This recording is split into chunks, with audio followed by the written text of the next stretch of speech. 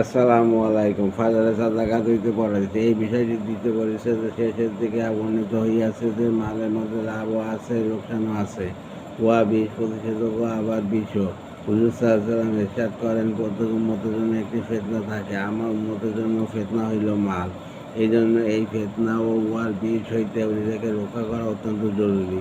এইসব কারণ নিকট থাকিলে উহা দ্বারা যদি তিরিয়াক অর্থাৎ বিষ প্রতিষেধক ওষুধ বানিয়ে লওয়া যায়, তবে নিজের জন্য উপকারী, অন্যদেরও ফায়দা। নচেত উহার বিষ নিজেদেরকেও ধ্বংস করিবে, অন্যদেরকেও ক্ষতি করিবে।